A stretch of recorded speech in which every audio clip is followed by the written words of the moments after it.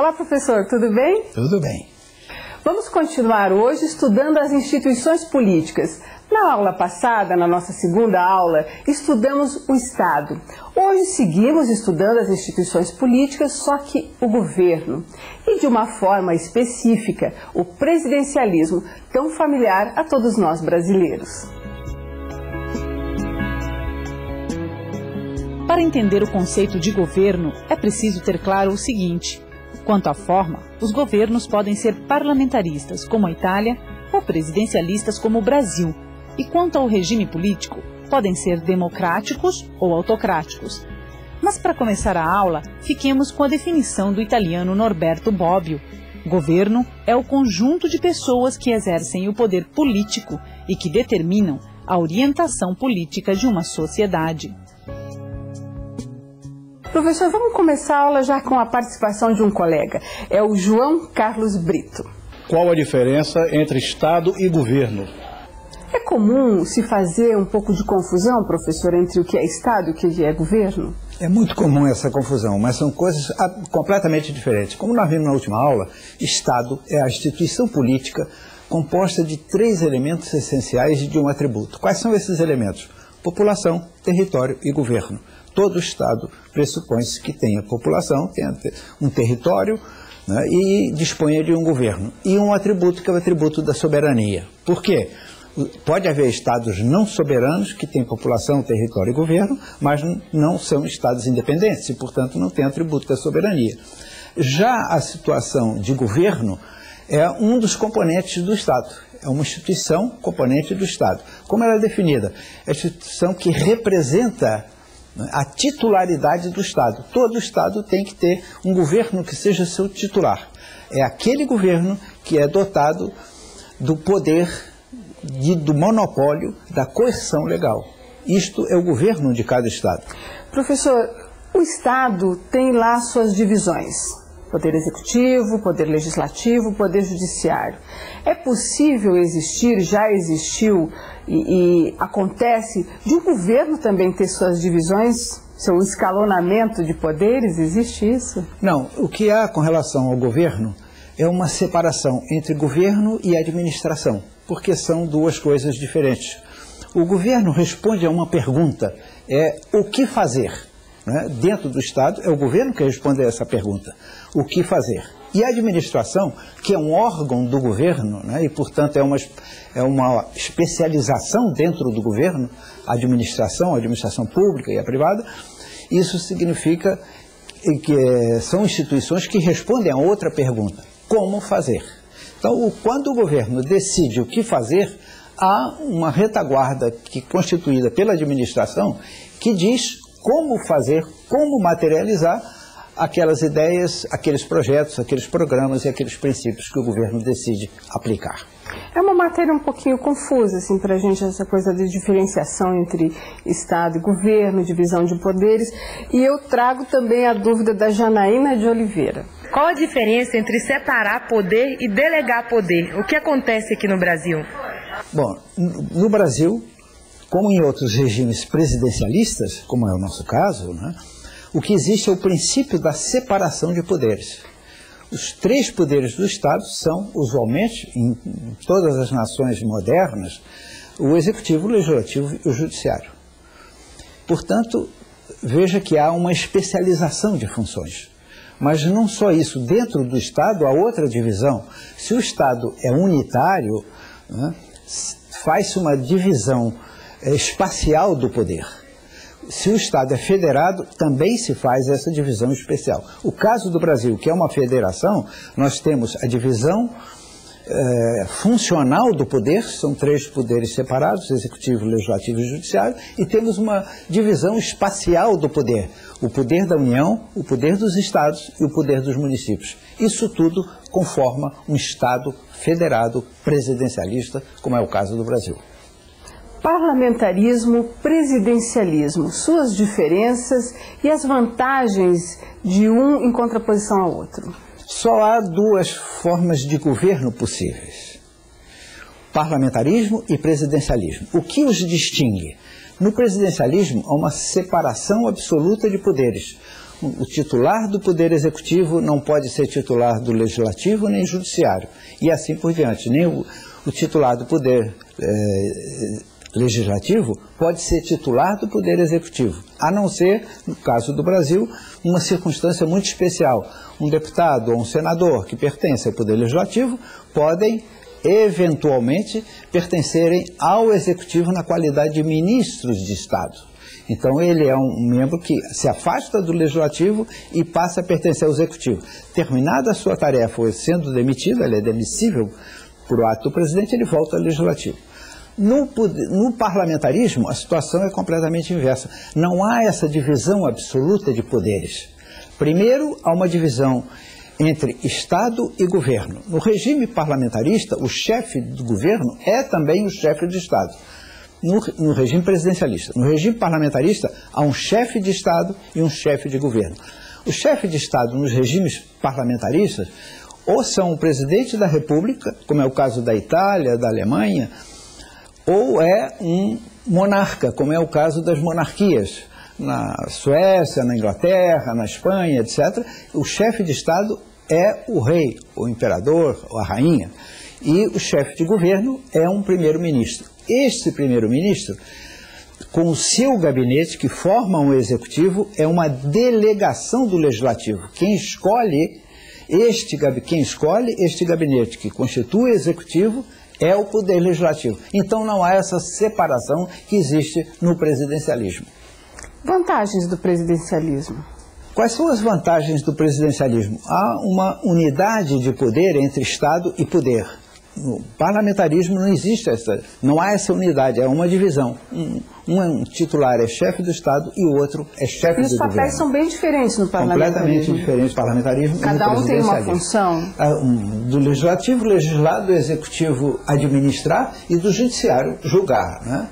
Veja que é uma especialidade funcional, de diferentes funções. Ao passo que no parlamentarismo há uma delegação do parlamento que elege e escolhe o poder executivo, o presidente do Conselho de Ministros, ou também chamado de primeiro-ministro, e os seus ministros. Esse executivo é designado pela maioria parlamentar. Então veja que aí não há separação de poderes. No presidencialismo, existe uma completa e absoluta separação de poderes. O Brasil já teve lá seu tempo de parlamentarista, né, de forma do parlamentarismo como forma de nosso governo, lá no Império, e um breve momento durante a República, e voltamos a ter uma forma de governo presidencialista. Trouxe alguma vantagem para o nosso governo brasileiro, para o nosso país, para a nossa nação, esses breves momentos de um Brasil parlamentarista? Bom, aí é preciso esclarecer uma coisa. Durante o Império, né, há alguns autores que afirmam ter havido parlamentarismo durante o Império. Por que razão? Porque havia, a partir de 1847, e é preciso lembrar que o Império começou em 1822, com a independência, né, havia um primeiro-ministro, mas só a partir de 1847. Chamava-se presidente do Conselho. Mas ele não era escolhido pelo parlamento. O que distingue o parlamentarismo do presidencialismo é essa delegação de poderes. Ou seja, o gabinete é escolhido pela maioria parlamentar. No Império não houve isso, porque nós tínhamos 4 poderes: executivo, legislativo, judiciário e o poder moderador. E o imperador, tanto Pedro I quanto Pedro II, quanto durante o período da regência, exercia 2 desses poderes: o moderador e o executivo. Ele era, portanto, o chefe do executivo, o que não existe nos parlamentarismos modernos. O chefe de Estado nunca é chefe de governo. Um arremedo. Exatamente isso, um arremedo de parlamentarismo. Não é? Porque o imperador é quem nomeava e demitia livremente os ministros. E isso é função do executivo, não era o primeiro-ministro quem fazia.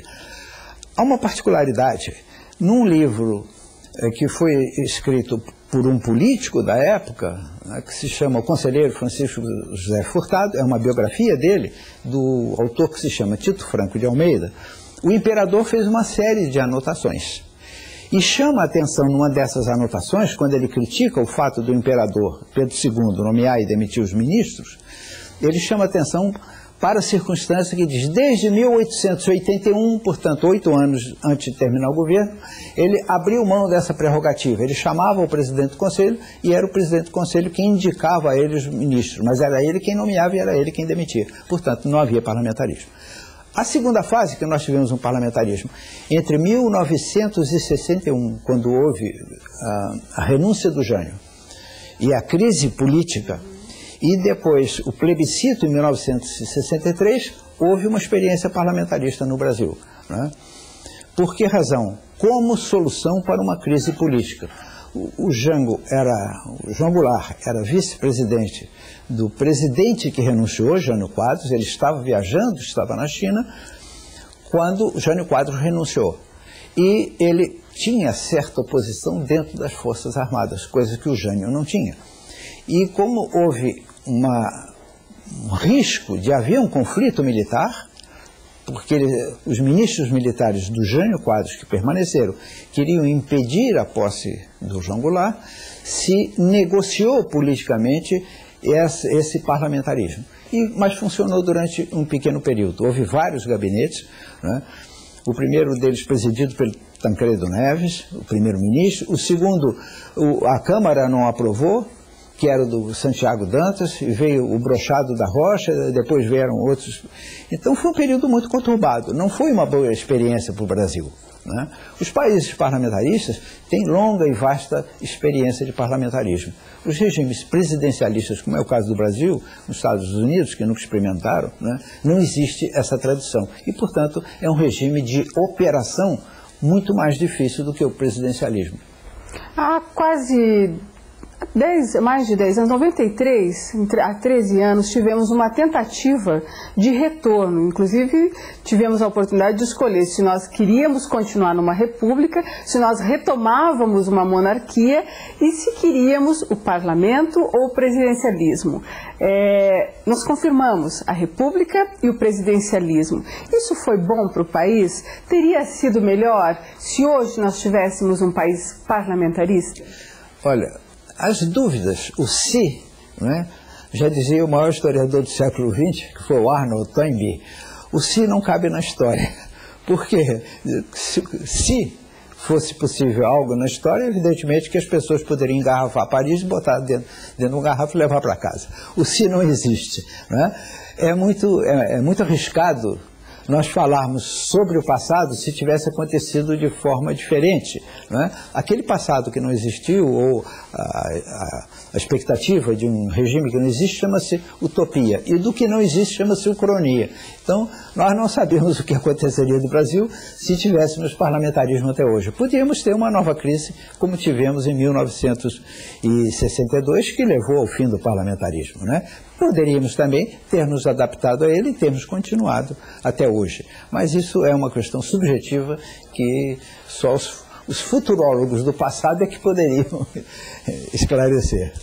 A prática de governo que se vê no Brasil é uma prática de governo que às vezes não consegue manter limites ou separados aspectos políticos de aspectos administrativos. Não raro, o governo brasileiro confunde política com administração. Isso é uma característica do presidencialismo? Ele favorece essa invasão, digamos, da seara política na administrativa e vice-versa? Não, isso pode ocorrer em qualquer regime. É mais difícil que ocorra no parlamentarismo. Por que razão? Porque no parlamentarismo os gabinetes mudam com mais frequência. E mudando os ministros não muda a burocracia. No caso do Brasil é diferente. Né? Essa mudança ocorre com mais frequência e quando muda os presidentes muda a burocracia. Isso chama-se aparelhamento do Estado pela prática da política. Né? Você pegar seus correligionários de partido e colocar no governo. Nós já padecemos muito por isso e continuamos a padecer, inclusive. Né? Mas isso é uma prática que pode, eventualmente, ocorrer também no parlamentarismo. Isso é uma questão de cultura cívica e de cultura política. Temos agora a pergunta do José Fernandes. Professor Tassiano, no presidencialismo é possível governar sem ter a maioria no parlamento? É possível. Há muitos anos no Brasil, se nós pegarmos os últimos anos para cá, se pegarmos inclusive desde o período do Jânio Quadros, não é? nenhum partido, só houve um pequeno período durante o governo Dutra em que um partido só tinha a maioria, que era o PSD. De lá para cá, nenhum partido teve maioria no Congresso. Isso chama-se, atualmente os cientistas políticos chamam isso de presidencialismo de coalizão. Para que se tenha uma ideia, no atual governo, né, deste ano que nós estamos, a legislatura começou em 2003, o partido com maior representação na Câmara tinha 18,9%, menos de 19% das cadeiras. Ora, para aprovar qualquer coisa na Câmara é preciso pelo menos metade mais 50% mais 1. Um partido que tem 19% não consegue governar. E o que ele precisa fazer? Aquilo que se chama coalizão de governo. Quando essa coalizão de governo existe e é negociada politicamente, o governo pode funcionar, ainda que com alguma precariedade. Quando ele não consegue negociar politicamente, verifica-se o escândalo que nós vimos, não é? Que é o escândalo do Mensalão. A necessidade de se cooptar por outros meios que não a negociação política. Professor, para essa aula nós escolhemos, foi indicado John Locke como nosso personagem. Qual é a importância dele para o nosso estudo de hoje?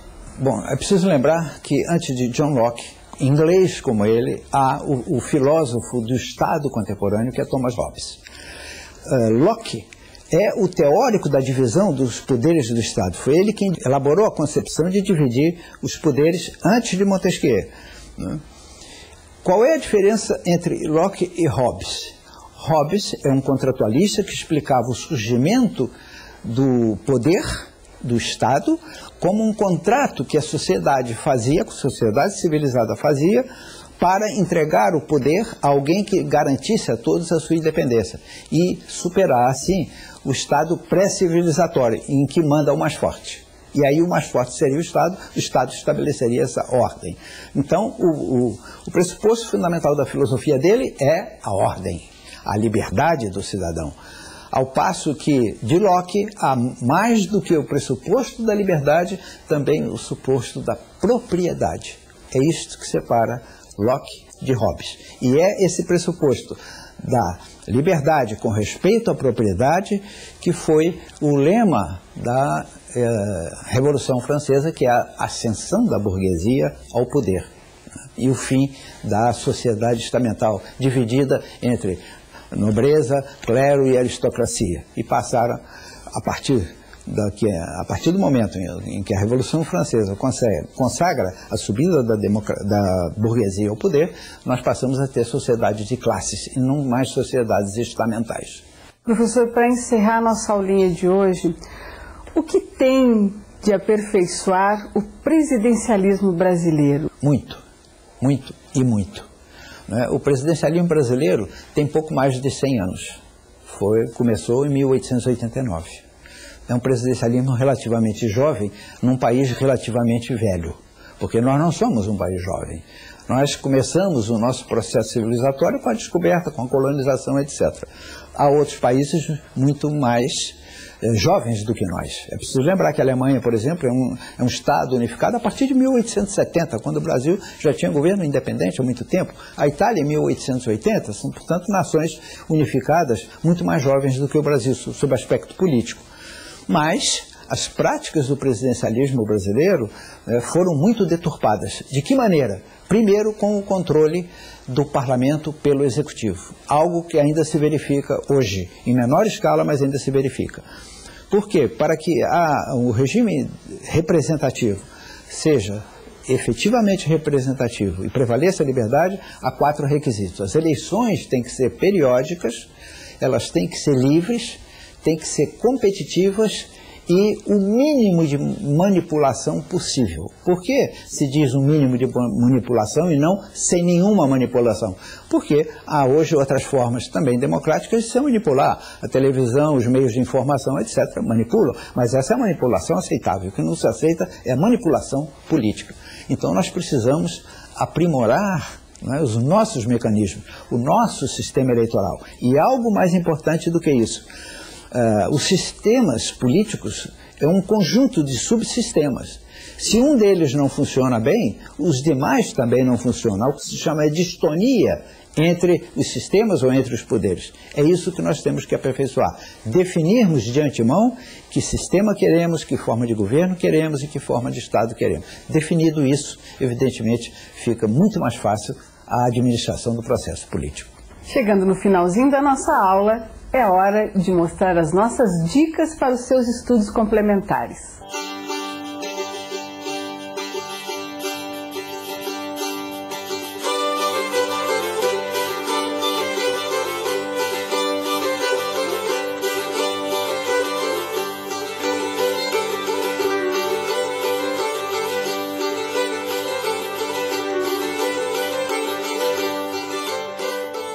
E com as dicas de estudo a gente se despede. Encontramos você na próxima aula. Tchau, professor. Tchau, até a próxima aula.